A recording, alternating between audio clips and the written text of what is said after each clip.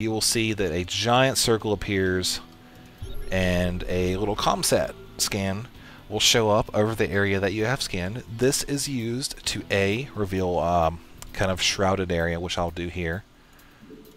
And bam, you can now see everything in this immediate area.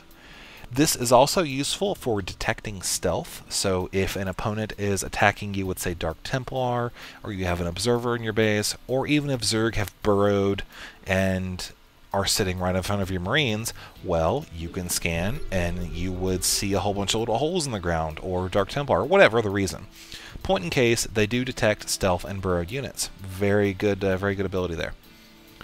One drawback that the Orbital Command has is that it is not able to hold SCVs. That is a function that both the Command Center in its unupgraded form and the Planetary Fortress, that is functionality that they do retain.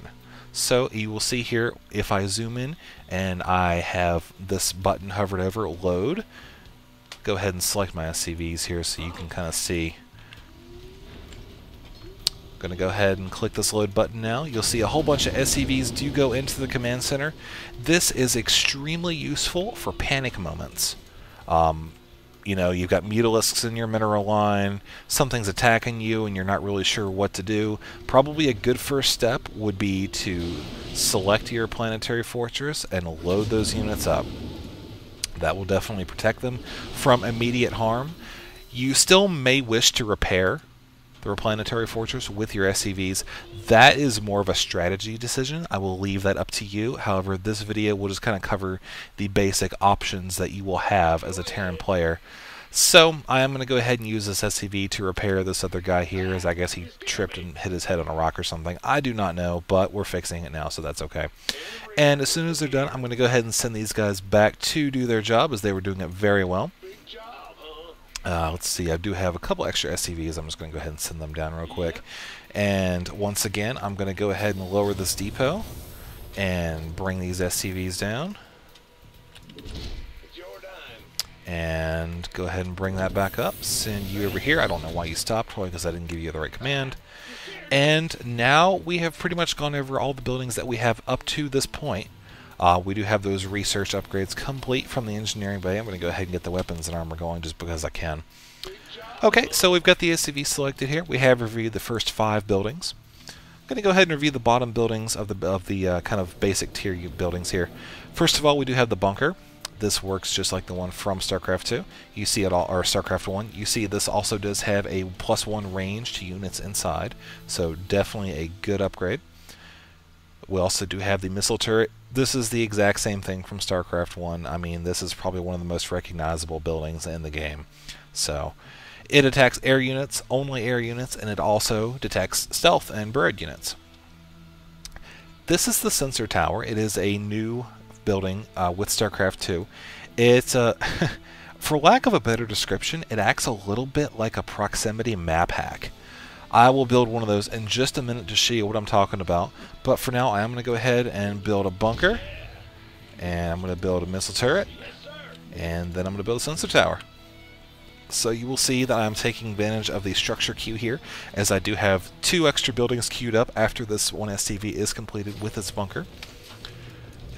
And this bunker is just about done. I'm actually going to show you something here with infantry. You'll see the bunker does look a little bit different here now that I have that upgrade. Well, I didn't have one built earlier, but trust me, it does look a little bit different. You can tell the difference between an upgraded and an unupgraded bunker. This one looks a little bit more fortified than its unupgraded counterpart. One thing to take note of in StarCraft 2 is that since you have different infantry units that can go into the bunker here, I'm going to go ahead and send in these Marines. You'll see that I do have 6 Marines here, and they occupy 1 slot each. And you can, wow, I didn't even know that you can stim pack the Marines in the bunker. That's definitely a feature that I did not know about, because I generally don't play Terran too much. But that is really cool. Learn something new every day. And I'm going to go ahead and take these Marines out now, because you did see that they did occupy 1 space each in the bunker. However, the Martyr occupies 2. You can see that's indicated right there by that giant rectangle, and also by the fact that we do have kind of an elongated indicator right here as well. So I will send these Marines in here, and you see that it is one Marauder, and 4 Marines. So definitely something just to keep in mind, that you are able to upgrade, or you are able to load all these units into the bunker. However, you will only be able to have a certain amount of Marauders and a certain amount of Marines. So just pay attention to that when you're building your defenses. Just a side note, Reapers only count as 1, and so do Ghosts too.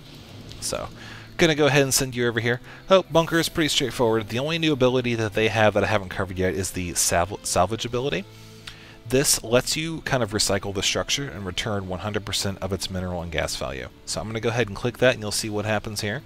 There's a slight countdown, and then bam, I do have the 100 minerals back that I did spend to get that bunker up and running. That's useful for really if you need to get a quick economic boost and you're holding a position that you really don't need to worry about, or if you're pressing into an enemy's base with a bunker push and you need to just keep pressing and have every bit of resources as possible. Gonna go ahead and cover the other 2 buildings here. This is the missile turret. Like I said, it's the iconic Terran, stealth detection unit from Starcraft 1. One cool thing about it, and this is purely cosmetic, is that if I zoom in here, you can see the little man sitting inside with the little red laser target reticle sort of thing. And he is wearing a really snazzy helmet. But I will let you zoom in when you have Starcraft, and you can see that, as this video is not going to cover the cosmetics of Starcraft 2 too much. This is the sensor tower that I was discussing earlier. It does kind of have a proximity alarm, which you can see on the minimap, this giant circle. Any enemy units that come within this circle will show up as a little small circle, red circle, with a exclamation mark inside, and it will follow the unit wherever it moves. And that is a really neat function that I don't actually see used too terribly much in League games and whatnot. But for the money that you pay for it, it actually does a really good job of fulfilling its purpose. So I'm sure as the game progresses, more and more strategies will evolve, and this may see a lot more use. But for now, I'm going to go ahead and leave it to you guys to think of sort of creative ways to use it. I know one thing I like to do is, let's say this is the opponent's base, I would sometimes put one right here, and then one right here, and that would kind of keep tabs on the enemy troop movement that came through this area. But more importantly, it was actually kind of a psychological deterrent, as well as it would kind of force the enemy to... They would think they'd be sneaky by going outside of the circle, but really I would keep scouts here and I would know exactly what they're doing.